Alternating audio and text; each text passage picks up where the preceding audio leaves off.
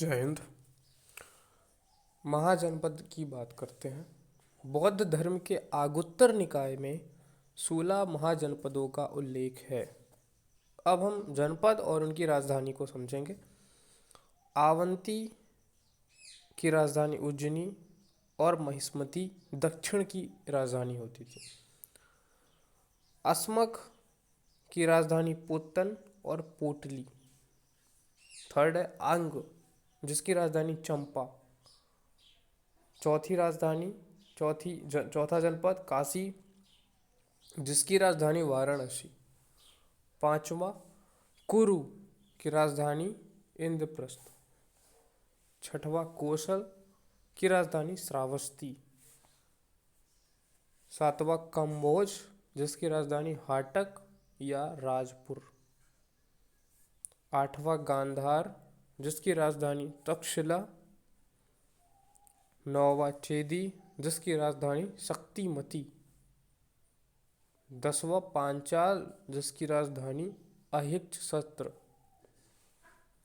11वां मगध, जिसकी राजधानी राजगृह या फिर गिरिब्रज। 12वां मत्स्य, जिसकी राजधानी विराटनगर। 13वां मल्ल, जिसकी राजधानी कुशावती। 14वां वत्स और उसकी राजधानी कौशाम्बी। 15वां वज्जी, जिसकी राजधानी विदेह। 16वां सूरसेन, जिसकी राजधानी मथुरा। अब हम सबसे पहले मगध साम्राज्य को समझेंगे, जिसमें 7 वंश आए। कितने वंश? 7 वंश आए। हर्यक वंश, शिशुनाग वंश, नंद वंश, मौर्य वंश और फिर बाद में शुंग वंश, कर्ण वंश और सातवाहन वंश। ये सात वंश आए। इन सभी वंशों को हम समझेंगे। तो सबसे पहला वंश है हर्यक वंश, जो कि 544 ईसा पूर्व में आया। इसका जो संस्थापक था वो बिंबिसार था, जिसने अपनी राजधानी को राजगृह बनाया था। इसकी नीति जो होती थी वो विवाहिक नीति होती थी। 500 शादी की थी। शादी करो और साम्राज्य को बढ़ा लो। फिर दूसरा इसी का जो बेटा था वो अजात शत्रु था, जिसका नाम उपनाम कुणिक भी है। इसी के समकक्ष में प्रथम बुद्ध संगति होती है। फिर तीसरा इसका जो बेटा था उदयन, इसी ने पाटलिपुत्र की स्थापना की, अपनी राजधानी बनाई। फिर इसका जो बेटा आया मतलब चौथा नागदशक, ये अंतिम शासक था हर्यक वंश का। फिर इसे के मंत्री ने शिशुनाग ने मार दिया नागदशक को, और एक नया वंश का जन्म हुआ यहाँ से, दूसरा मगध डायनेस्टी में शिशुनाग वंश। इसकी स्थापना शिशुनाग वंश ने की। और फिर इसका जो बेटा आया काला शौक, जिसका उपनाम काक वर्ण था। इसी के समय में दूसरी संगति हुई, बौद्ध संगति हुई। कहाँ हुई थी? वैशाली में, सवा कमीर के अध्यक्षता में। फिर तीसरा अंतिम शासक इस वंश का नंदीवर्धन। अब बात करते हैं नंद वंश की, तीसरे वंश की। इसका जो संस्थापक था महापद्मनंद था। ये ऐसा पहला वंश था जो कि शूद्र थे। और इसका अंतिम शासक जो था वो था घनानंद सिकंदर के समकालीन में। फिर अब चौथा वंश आता है मौर्य वंश। इसके जो संस्थापक थे वो चंद्रगुप्त मौर्य थे, जिन्होंने राजधानी पाटलिपुत्र बनाई। और प्रधानमंत्री चाणक्य, कौटिल्य, विष्णुगुप्त, ये तीनों नाम उन्हीं के हैं, वो थे। इन्होंने प्रथम राजनीति शास्त्र जो है दुनिया में लिखने वाले वो इन्हीं चाणक्य ही हैं, जिन्होंने अर्थशास्त्र नाम की पुस्तक लिखी। 305 ईसा पूर्व में चंद्रगुप्त ने सिकंदर के सेनापति सेल्यूकस निकेटर को पराजित किया, यूनानियों को भारत से भगाया। जो सेल्यूकस निकेटर थे वो यूनानी थे। और जब हार गया सेल्यूकस हार गया तो अपनी पुत्री हेलेन का विवाह चंद्रगुप्त से कर दिया। तो ये दुनिया का पहला अंतर्राष्ट्रीय विवाह था। फिर मेगस्थनीज सेल्यूकस निकेटर का राजदूत था, जो कि चंद्रगुप्त के दरबार में आया और इंडिका पुस्तक लिखी। चंद्रगुप्त मौर्य ने गिरनार पर्वत सौराष्ट्र गुजरात में एक सुदर्शन झील का निर्माण कराया।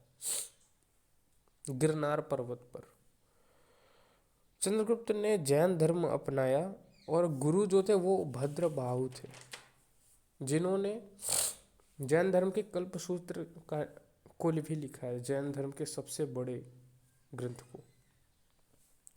फिर चंद्रगुप्त मौर्य ने श्रवण बेलगोला गांव कर्नाटक में चंद्रगिरी पहाड़ी पर संधारा या फिर सलेखज किया।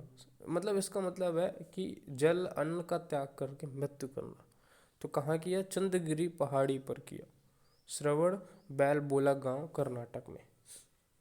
फिर अब अशोक का राज्याभिषेक जो है, अशोक के जो पिता हैं वो हैं बिंदुसार। तो बिंदुसार की ज़्यादा कोई बात नहीं है, इसलिए अशोक। फिर अशोक जो है उनका राज्याभिषेक 269 में होता है, 269 ईसा पूर्व में। अशोक का जो अभिलेखों में नाम है वो देवनाम प्रियदर्शनी है। पुराणों में नाम है अशोक का अशोक वर्धन, और बौद्ध ग्रंथों में इसको चंड अशोक भी कहते हैं। शासक बनने से पहले अशोक अवंती का गवर्नर था। कलिंग का युद्ध जो है वो 261 ईसा पूर्व में हुआ। अशोक और ये जो कलिंग की युद्ध की जानकारी मिलती है वो 13वें शिलालेख से मिलती है। अशोक ने कलिंग के राजा नंदराज को पराजित किया और फिर उसी समय से उसको ग्लानि हुई कलिंग के युद्ध के कारण, जो इतना खून कच्चर हुआ। तो बौद्ध धर्म की शिक्षा के लिए उपगुप्त से लिया। उपगुप्त जो था वो गुरु बना। अशोक ने बौद्ध धर्म के प्रचार करने के लिए अपने पुत्र महेंद्र और पुत्री संघमित्रा को श्रीलंका भेजा।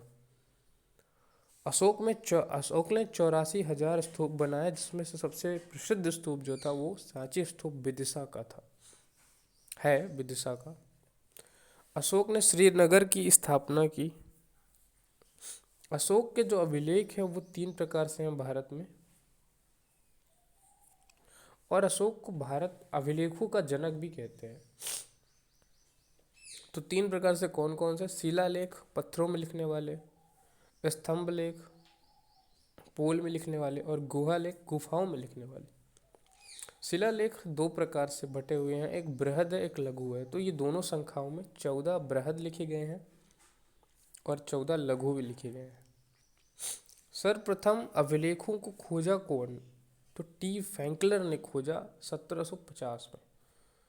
और सर्वप्रथम जो लिपि पढ़ा उसका नाम है जेम्स प्रिंसेप, 1837 ईसा पूर्व में। इसकी जो लिपि थी वो ब्रह्मी खरोष्टी थी और भाषा प्राकृत थी। मौर्य वंश का अंतिम शासक जो था वो वृद्धरथ था। अब 5वां वंश जो है वो शुंग वंश है। इसका जो संस्थापक था वो पुष्यमित्र शुंग था, शुंग वंश का संस्थापक है। फिर जाति से ब्राह्मण था।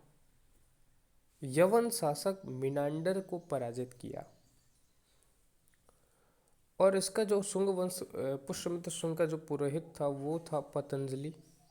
पतंजलि ने 2 ग्रंथ लिखे, एक योग दर्शन और महाभाष्य। शुंग वंश का अंतिम शासक जो था वो देवभूति था। अब 6वां वंश जो है वो कर्ण वंश। कर्ण वंश का संस्थापक वासुदेव था और अंतिम शासक सुशर्मा था। अब 7वां वंश जो है वो सातवाहन वंश। इसका जो संस्थापक था वो सुमुख था। इस वंश से शीशे के सिक्के चलाए गए। इस वंश में इस काल में अजंता व एलोरा गुफाओं का निर्माण हुआ। इसके जो इसमें सातवाहन वंश में कुछ लेखक थे, एक हाल नाम के, एक गुणांड। तो हाल ने सप्तदशक लिखा और गुणांड जो थे वो वृद्ध कथा लिखा। सातवाहन वंश जो था वो मृत सत्तात्मक शासक था और गौतमी पुत्र सतकर्णी इस काल का सबसे बड़ा राजा था।